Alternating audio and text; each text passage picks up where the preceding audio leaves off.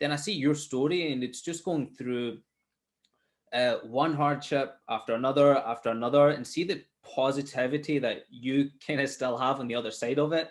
It was just incredible. So your story was super inspiring back to me all those years ago, and I'm really excited to have you on now. I overcame a lot of negative things in my life that we'll probably talk about, but it was hard to be happy. My parents decided to get rid of me, and they abandoned me at a psychiatric hospital when I was 5. And from there, I had to just learn how to survive. See, I didn't grow up on love. I grew up on survival. That's totally different. The nervous system was always putting me in fear, anxiety, and such, because it was survival techniques and learning how to fight back versus curl up and just go into a fetal position in the corner. I had to learn how to get in touch with that grit, that resilience muscle. Mm-hmm. And 5 years old, nobody wanted me. I'm at the psychiatric hospital. I have lots and lots of tests done to me. They give me all these labels. In America, it's big to label you. Mm-hmm. And sometimes those labels negate you. You know,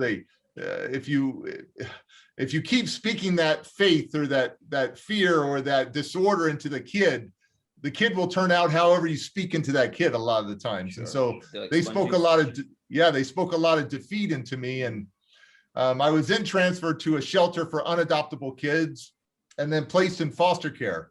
And I grew up in foster care for 13 years, went through foster homes and then back to the shelter, and then was able to find a foster home that kept me long-term. I never got adopted because they said the government said I was unadoptable because of my behavioral and emotional problems.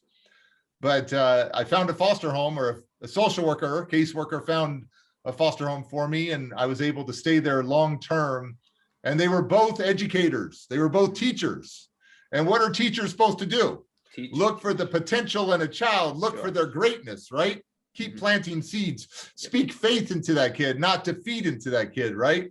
And so they were both teachers, and they worked with me. And I learned to read and write at about 9 years old, roughly. I learned to run at about 7 years old. I learned to walk up and down stairs about 6, 7 years old. My vocabulary at 6 years old was 75 words. The national average in America is 2,600 words for a 6-year-old. A 3-year-old in America is 300 word vocabulary, an average of. And so I had a lot of issues, a lot of learning disabilities, but here's the key. The greatest investment in this life is your children. And so nobody had ever invested in me until these 2 teachers came into my life and started not to believe the labels that were given to me, but believe in my potential, to never limit the potential of me. And then I rose. Oh, so these 2 teachers must have had a really profound impact on your life. Yes. Wow, that's incredible. So what was it like for you at this age, you know, going from being neglected constantly to finding these 2 teachers who are showing you kind of care and affection and actually finding that potential in you? Because see that, like, as you said, that potential in you, obviously it's flourished now, but like after going through so much hardship at a young age, it must have been deep rooted in you, in the sense that it wasn't on the surface. Like these people, they really had to probably, you know, pull that out of you in some way to actually find where that is, find what your potential is, and kind of, you know, water it and allow it to manifest. So what was that like for you at being such a young age?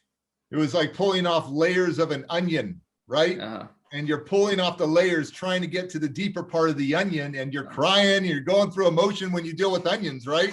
You're going through all this stuff. I can't do this anymore. And they wanted to give up, but they kept peeling off the layers.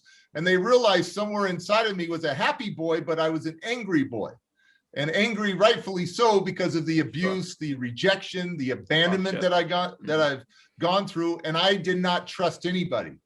So even though I was in a loving environment, I didn't understand what love was. Mm-hmm. I thought love was you abuse me. I didn't understand the care, the compassion, the empathy. And so it took a long time for me to build trust. It took years, but to see if they would never give up on me, right?